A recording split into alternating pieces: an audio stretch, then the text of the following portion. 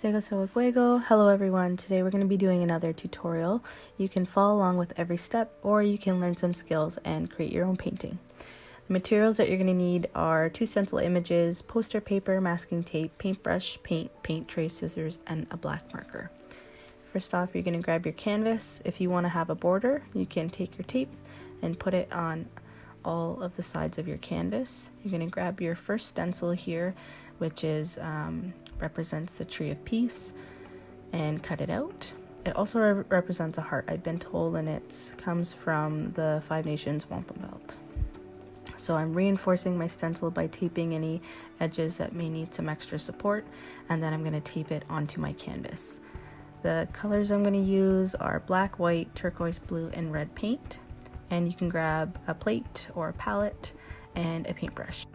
So I'm going to start off with white paint in the corners, on the top left corner and the bottom right, and then I'm going to add my blue and my red and slowly kind of fade them out so they're not as vibrant. I'm going to make purple by mixing red and blue, and use more red than blue to create your purple. And then I'm taking my purple and adding some more of that blue and just kind of blending them together. I'm going to go back in with white to soften it, and then add some black and fade it out as well. Then you're going to take a clean paintbrush, add some white. You can add a little bit of water to create the splatter effect, but be careful where you aim. Let it dry, and then we're going to move on to our next stencil, which is Skana, and that loosely translates to peace in the Mohawk language. We're going to cut it out.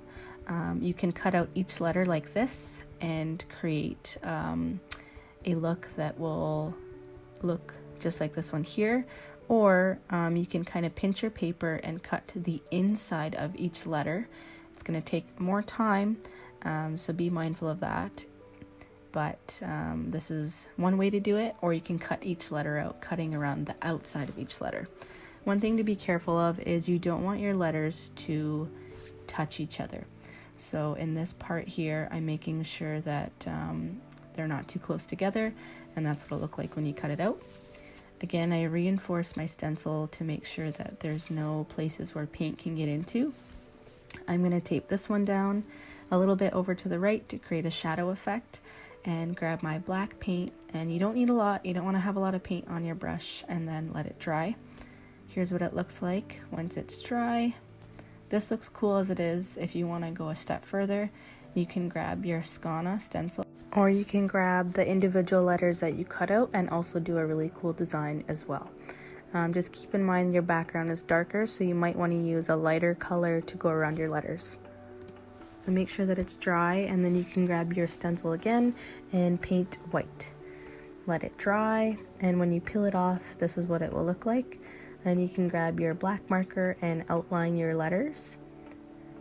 And I forgot to mention the line over the E and the N is an accent mark. And peel off your tape, and there you have your border. So I want to share a quick story, a little bit about the Journey of Peacemaker, and I'll include some links in the video description. But one time I was visiting Beth Stockstader. She's an artist from 6 Nations. She's really awesome.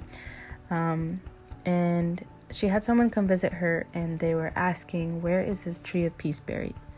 And long story short, this person came back, and they said, I know where the Tree of Peace is buried. And they were pointing to themselves, to their chest. And I just wanted to share that because I really believe that we all have that capacity to carry peace within us, and sometimes it just takes some time to look inwards.